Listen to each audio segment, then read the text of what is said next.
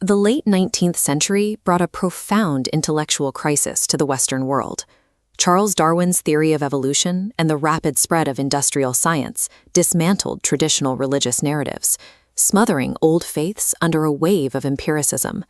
Facing this sudden vacuum of meaning, massive segments of the population turned to spiritualism.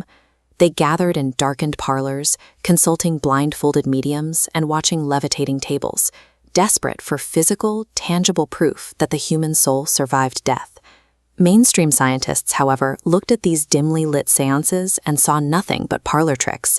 They vehemently dismissed the entire movement as a chaotic mix of deliberate fraud and mass delusion. Victorian culture was fatally fractured. On one side, strict materialists demanded cold, hard facts. On the other, seekers grasped for any sign of spiritual meaning. This extreme polarization set the stage for a radical third path that promised to deliver both. That alternative arrived through the work of Helena Petrovna Blavatsky and Henry Steele Olcott.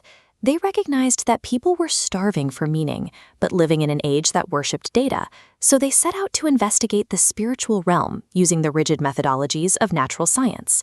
In 1875, amidst the noise and industrial churn of New York City, they officially founded the Theosophical Society.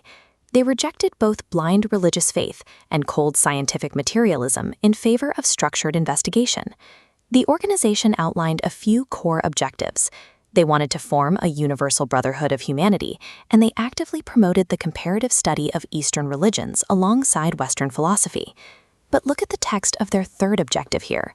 It explicitly commits the society to investigate the unexplained laws of nature and the psychical powers of man. They weren't asking followers to simply pray, they were asking them to research. The founders positioned the society as a laboratory for the soul, applying structured investigative techniques to questions usually reserved for the pulpit. After Blavatsky's death, a second generation of leaders took over, spearheaded by Annie Besant and a former clergyman named Charles Webster Leadbeater. Together, they took the society's scientific mandate to an extreme level. Leadbeater treated clairvoyance as a functional sensory organ, a human microscope he used to observe the specific mechanics of the unseen world.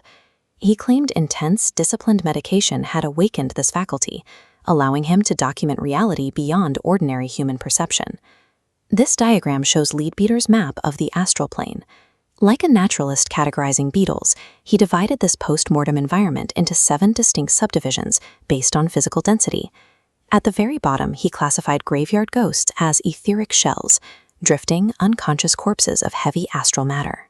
He framed seance phenomena like levitating tables as the mechanical outcome of entities manipulating etheric pressure and local vibration rates. By assigning these events a specific physical cause, he stripped them of their supernatural mystery.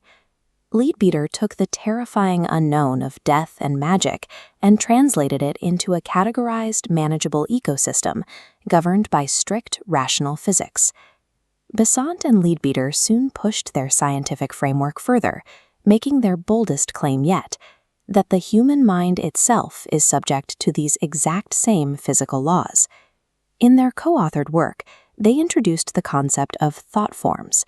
They asserted that human thoughts are literal physical entities, occupying measurable space on the astral and mental planes. According to their clairvoyant observations, positive, harmonious thoughts like devotion or affection generate smooth, perfectly symmetrical geometric shapes that radiate outward and protect the thinker. Conversely, angry or chaotic impulses were recorded as generating jagged, discordant, lightning-like forms. These shapes acted as hostile projectiles, lingering in the environment and actively impacting anyone nearby. By turning thoughts into physical objects, they tied their system directly to Eastern concepts like karma and reincarnation. Your moral actions now carried literal, measurable gravity. In the Theosophical system, the inner emotional life acted as a physical force shaping the universe, effectively merging human ethics with the laws of physics. In the years following Blavatsky's death, this highly complex, supposedly scientific system began to fracture under its own weight. Members had been promised empirical, verifiable science. Instead, they were handed Leadbeater's clairvoyant observations. Because his specific experiments couldn't be replicated by ordinary people, his taxonomy had to be accepted entirely on faith, creating massive unease. To make matters worse, personal scandals surrounding Leadbeater's conduct severely damaged his credibility, undermining the objective, authoritative scientific persona he relied on. Unable to test the findings for themselves, members grew deeply suspicious. Rising tensions over authority and this new, unverifiable dogma caused major schisms, tearing the international society apart. The paradox of a spiritual science is that once the underlying data cannot be independently peer-reviewed, the entire intellectual structure is vulnerable to total collapse. Despite the internal chaos and the total rejection of their astral maps by mainstream science, the core ideas of the Theosophical Society survived. They successfully injected ancient Eastern concepts into the Western cultural mainstream. Terms like karma, reincarnation, and chakras were introduced to an entire hemisphere through their meticulous texts. While their literal categorizations of the astral plane faded into obscurity, their underlying ambition, synthesizing human morality, ancient Eastern wisdom, and strict scientific inquiry, endured. The Theosophical Society laid the foundation for modern New Age spirituality. They proved that no matter how industrialized the world becomes, humanity's desire to find a rational, systematic place for the soul will never fade.